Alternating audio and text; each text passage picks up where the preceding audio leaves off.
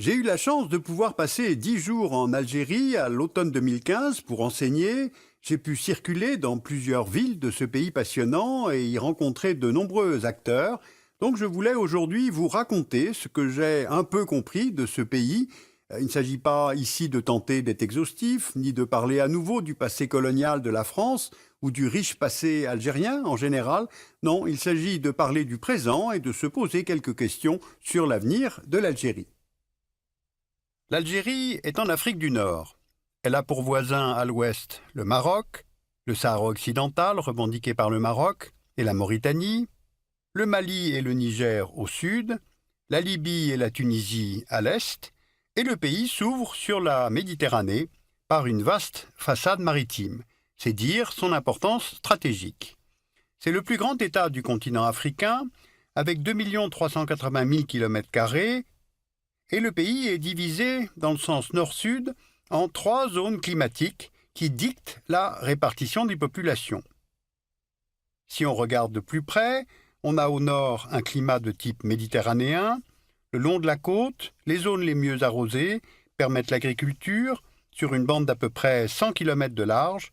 C'est là que se trouvent les principales villes du pays: Alger, la capitale, Oran, Constantine, Annaba. Puis viennent les zones de montagne avec l'Atlas stélien, les Aurès, l'Atlas saharien. Le climat y est semi-aride ou sahélien. Ce sont des zones de relief et de steppe qui permettent l'élevage des caprins et des ovins. Puis au sud, on trouve le climat du désert, c'est le Sahara. La zone est totalement aride et couvre les 5/6 du pays. Le pays compte presque 40 millions d'habitants en 2015, et si on regarde la carte de densité de population, on voit que la très grande majorité des Algériens, plus de 80%, vit au nord, surtout sur les côtes, dans les grandes villes, en climat moins aride. Les Algériens sont arabophones à 73% et berbérophones à environ 27%, et on compte aussi 0,1% de Touaregs, et enfin la quasi-totalité de la population est musulmane, comme l'indique symboliquement le drapeau du pays. Bien, alors voyons maintenant comment se porte l'économie algérienne. L'Algérie, c'est un pays agricole, mais on pourrait presque dire était un pays agricole, car aujourd'hui, la part de l'agriculture dans la formation du PIB est de 10% et le secteur emploie 11% de la population. Le pays produit principalement des céréales, agrumes, oliviers, culture de la vigne, élevage de bétail. L'essentiel du PIB est dû au secteur secondaire, c'est-à-dire l'industrie, qui représente 47% du PIB et 26% de la population active. Et puis enfin, il y a le secteur tertiaire qui contribue à 43% du PIB et emploie maintenant 63% des actifs. Le PIB algérien dépend donc fortement du secteur secondaire, car l'Algérie dispose d'un sous-sol très riche. Du phosphate près de la frontière tunisienne, du minerai de fer le long de la frontière marocaine et sur la côte, dans le massif montagneux du Hogar des mines d'or, de diamants, d'uranium, d'étain. On trouve aussi du zinc, du plomb, du charbon, mais je voudrais me concentrer surtout sur les hydrocarbures. Voici les principaux gisements. Au sud, le bassin de Regan, dans l'est, le bassin d'Edgeley, puis celui de Hassi Berkin et le bassin de Hassi Mel. Et du fait de ces ressources, l'Algérie est, pour la production, le 9e producteur de gaz au monde en 2014 et le 18e producteur mondial de pétrole. Et au niveau des réserves, elle est dotée de la 16e plus importante réserve de pétrole au monde et des 10e réserves de gaz. Au total, 95,5% des recettes à l'exportation algérienne viennent du secteur des hydrocarbures. L'Union européenne achète d'ailleurs 34% de la production algérienne de pétrole et 60% de la production de gaz, ce qui en fait son premier partenaire économique. Alors tous ces chiffres pour vous faire mesurer le très haut niveau de dépendance du pays à ce seul secteur. Or, la conjoncture a changé, car on observe 3 phénomènes depuis 2014. Les exportations sont en baisse suite à la réduction de la demande européenne, du fait de la stagnation économique, mais aussi du fait du ralentissement de l'économie chinoise. Résultat, les recettes d'exportation d'hydrocarbures algériennes sont passées de 32 milliards de dollars au cours des 6 premiers mois de 2014 à 18 milliards pendant la même période en 2015. Deuxième phénomène, le prix du baril est passé de 112 dollars en juin 2014 à 45 dollars en novembre 2015 et les cours ne sont pas amenés à remonter. Et enfin, les grands gisements historiques du pays sont de moins en moins productifs. Résultat, l'Algérie ne parvient pas à boucler son budget avec un baril à 45 dollars. Elle puise dans ses cagnottes, notamment le Fonds de régulation des recettes. Les réserves de change du pays qui garantissent sa solvabilité sont passées de 179 milliards de dollars en décembre 2014 à 160 milliards en juin 2015. La balance commerciale est déficitaire depuis le début de l'année 2015 car le pays importe pratiquement tout ce qu'il consomme. Alors des économistes algériens ainsi que ceux du FMI estiment que le pays peut tenir sur ses réserves pendant 3 ou 4 ans, pas plus. Dit autrement, l'Algérie a quelques petites années pour lancer des réformes de structure et orienter la diversification des investissements. Or, ces réorientations ne semblent pas du tout à l'ordre du jour. Regardez sur ce planisphère les bassins de gaz et de pétrole de roche-mère, appelés à tort gaz et pétrole de schiste, nos sources étant les données de l'EIA. On voit que les premières ressources techniquement récupérables sont en Chine, les deuxièmes en Argentine, et l'Algérie détiendrait les troisièmes réserves mondiales, soit 20 000 milliards de mètres cubes, c'est-à-dire 4 fois plus que ces réserves de gaz naturel connues dans le pays. Voici la carte des principaux bassins de roche-mère en Algérie.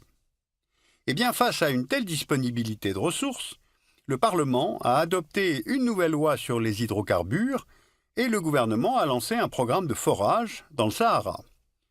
Les gaz de schiste sont donc retenus comme une option qui viendrait à terme augmenter la production d'hydrocarbures et donc les recettes du pays.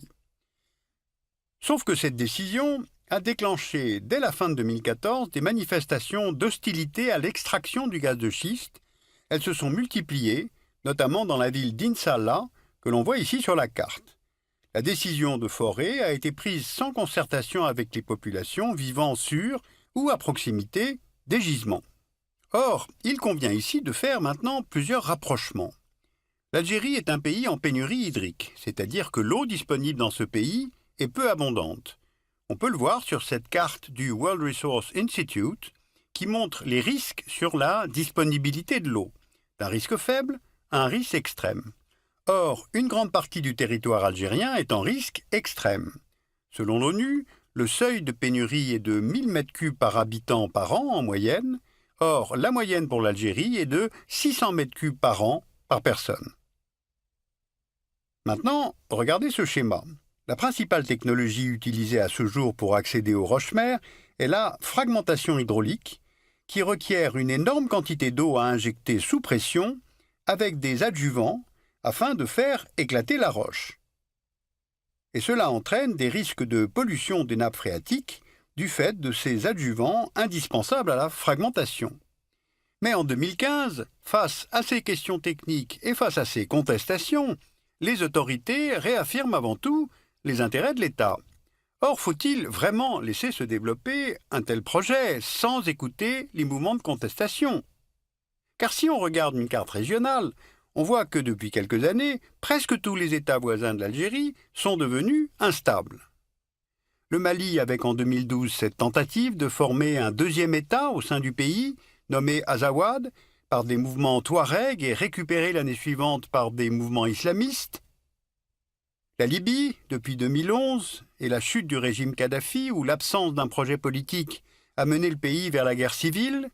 Aujourd'hui, 2 gouvernements s'y affrontent, les milices islamiques de Tripoli et le gouvernement de Tobrouk, soutenu par la communauté internationale. La Tunisie, avec la chute du dictateur Ben Ali en 2011, le pays connaît ces derniers temps une détérioration de la sécurité et une multiplication des attentats. Et puis enfin, n'oublions pas que l'État islamique a annoncé qu'il allait désormais s'en prendre à l'Algérie. Alors il est difficile de mesurer si les revendications islamistes perdurent en Algérie, 15 ans après la fin de la décennie noire, Mais les frontières du pays sont immenses, dans le désert, donc ouvertes, et ce, dans une région en conflit et où circulent les armes. La prise d'otage en janvier 2013 dans le complexe pétrolier de In Amenas rappelle la porosité du Grand Sud algérien.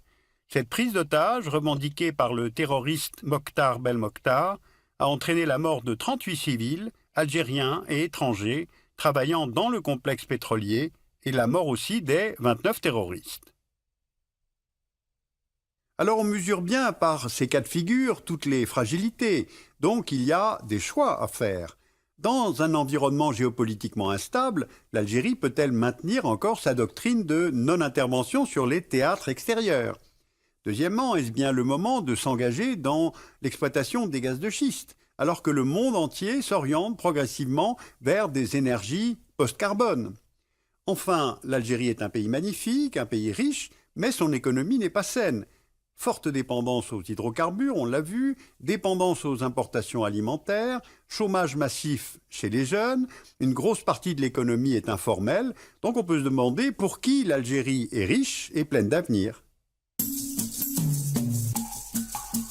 Vous pouvez aller voir l'exposition Made in Algeria, généalogie d'un territoire. Elle se tient à Marseille, au MUSEM, jusqu'en mai 2016.